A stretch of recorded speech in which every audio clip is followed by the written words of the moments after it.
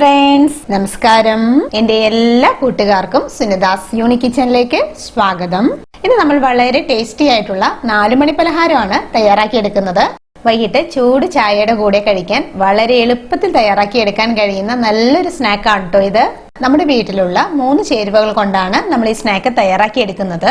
അപ്പോൾ നമ്മുടെ ഈ സിമ്പിൾ സ്നാക്ക് എങ്ങനെയാണ് തയ്യാറാക്കിയെടുക്കുന്നതെന്ന് കണ്ടു നോക്കാം. നമ്മുടെ ഈ സ്നാക്ക് തയ്യാറാക്കിയെടുക്കുന്നത് ഗോതമ്പ് പൊടിയിലാണ്. 1 കപ്പ് ഗോതമ്പ് പൊടി ഒരു ബൗളിലേക്ക് എടുത്തിട്ടുണ്ട്. ഗോതമ്പ് പൊടി 150 ഗ്രാം അളവിലുണ്ട്. ഇനി നമ്മുടെ മധുരത്തിന് ആവശ്യത്തിന് വേണ്ട പഞ്ചസാരയാണ് ആഡ് ചെയ്ത് കൊടുക്കുന്നത്. ഞാനിവിടെ ഒരു 4 ടേബിൾ സ്പൂണോളം പഞ്ചസാരയാണ് ചേർത്ത് കൊടുത്തിട്ടുള്ളത്. നമ്മുടെ ഈ ഒരു പലഹാരം പഞ്ചസാരയ്ക്ക് പകരം ശർക്കരയിലും തയ്യാറാക്കി എടുക്കാവുന്നതാണ് കേട്ടോ. ഇനി നമ്മൾ ഇതിലേക്ക് 4 ടേബിൾ സ്പൂണോളം ചിരകിയ നാളികേരമാണ് ആഡ് ചെയ്ത് കൊടുക്കുന്നത്. ഇനി നമുക്കിതെല്ലാം കൂടി നല്ലതുപോലെ ഒന്ന് മിക്സ് ചെയ്തെടുക്കാം. ഈ 3 ചേരുവകൾ ഉപയോഗിച്ചിട്ടാണ് നമ്മൾ ഈ സ്നാക്ക് തയ്യാറാക്കി എടുക്കുന്നത്. ഗോതമ്പ് പൊടി തന്നെ വേണമെന്നില്ല, മൈദയിൽ വേണമെങ്കിലും നമുക്ക് ഈ സ്നാക്ക് തയ്യാറാക്കി എടുക്കാവുന്നതാണ്. നമ്മളിവിടെ 4 ടേബിൾ സ്പൂൺ പഞ്ചസാരയാണ് ചേർത്ത് കൊടുത്തിട്ടുള്ളത്. 4 ടേബിൾ സ്പൂൺ പഞ്ചസാരയിൽ നമ്മുടെ സ്നാക്സിന് അത്യാവശ്യം മധുരമുണ്ട്. കൂടുതൽ മധുരം വേണമെന്നുണ്ടെങ്കിൽ അതനുസരിച്ചുള്ള അളവിൽ ചേർത്ത് കൊടുത്താൽ മതിയാകും കേട്ടോ. നമ്മുടെ സ്നാക്കിന്റെ നല്ലൊരു ഫ്ലേവറിന് വേണ്ടിയിട്ട് 3 ഏലക്ക ചതച്ചതും കൂടി ആഡ് ചെയ്ത് കൊടുത്തിട്ടുണ്ട്. ഒരു നുള്ള ഉപ്പും കൂടി ചേർത്ത് കൊടുത്ത് എല്ലാം കൂടി നല്ലതുപോലെ ഒന്നും കൂടി നമുക്ക് മിക്സ് ചെയ്തെടുക്കാം. ഇപ്പോൾ ഇത് നല്ലതുപോലെ മിക്സ് ചെയ്തെടുത്തിട്ടുണ്ട്. നല്ലതുപോലെ മിക്സ് ചെയ്തതിന് ശേഷം നമ്മൾ ഇതിലേക്ക് വെള്ളം ഒഴിച്ചു കൊടുത്ത് കുഴച്ചെടുക്കണം. നമ്മൾ ഇതിലേക്ക് ഒഴിച്ചു കൊടുക്കുന്നത് നല്ല ചൂട് വെള്ളമാണ്. നമ്മൾ നല്ല ചൂട് വെള്ളമാണല്ലോ ഒഴിച്ചു കൊടുക്കുന്നത്. അതുകൊണ്ട് ആദ്യം തന്നെ നമുക്ക് സ്പൂൺ ഉപയോഗിച്ച് ഇതുപോലെ ഒന്ന് മിക്സ് ചെയ്തെടുക്കാം.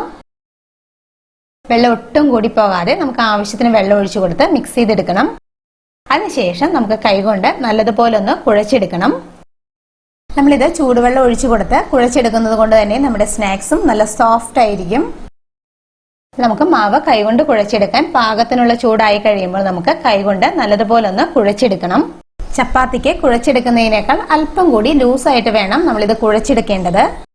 അതായത് നമ്മളിത് കുഴച്ചെടുത്ത് കഴിയുമ്പോൾ നമ്മുടെ കയ്യിൽ ഒട്ടിപ്പിടിക്കുന്ന ഒരു പാകം ഉണ്ടല്ലോ, ആ ഒരു പാകത്തിന് വേണം നമ്മളിത് കുഴച്ചെടുക്കേണ്ടത്. നമ്മളിത് കുഴച്ചു കഴിയുമ്പോൾ കൂടുതൽ കട്ടിയായിട്ട് പോകാതിരിക്കാൻ ശ്രദ്ധിക്കണം കേട്ടോ. കുഴച്ചെടുക്കുന്ന ടൈമിൽ വെള്ളം പോരാന്ന് തോന്നുകയാണെങ്കിൽ അല്പം കൂടി വെള്ളം ഒഴിച്ചു കൊടുത്ത് കുഴച്ചെടുക്കണം കേട്ടോ. അല്പം നെയ്യോ ഓയിലോ ചേർത്ത് കൊടുത്ത് കുഴച്ചെടുക്കുകയാണെങ്കിൽ നമ്മുടെ കയ്യിൽ ഒട്ടിപ്പിടിക്കാതിരിക്കും. ഞാനിവിടെ അല്പം നെയ്യ് ഒഴിച്ചു കൊടുത്തിട്ടാണ് കുഴച്ചെടുക്കുന്നത്. നെയ്യ് ചേർത്ത് കൊടുത്ത് കുഴച്ചെടുക്കുകയാണെങ്കിൽ നമ്മുടെ സ്നാക്സിനും നെയ്യിന്റെ ആ ഒരു ടേസ്റ്റ് ഒക്കെ കിട്ടും. ഇവിടെ ഇപ്പോൾ നമ്മുടെ സ്നാക്സിന്റെ മാവ് നല്ലതുപോലെ കുഴച്ചെടുത്തിട്ടുണ്ട്.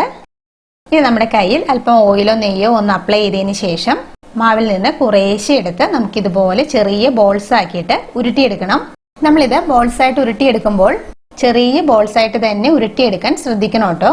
എന്നാൽ മാത്രമേ നമ്മൾ ഈ സ്നാക്ക് ഫ്രൈ ചെയ്യുന്ന സമയത്ത് ഇതിന്റെ ഉൾഭാഗം എല്ലാം നല്ലതുപോലെ എളുപ്പത്തിൽ നമുക്ക് കുക്കായിട്ട് കിട്ടുകയുള്ളൂ.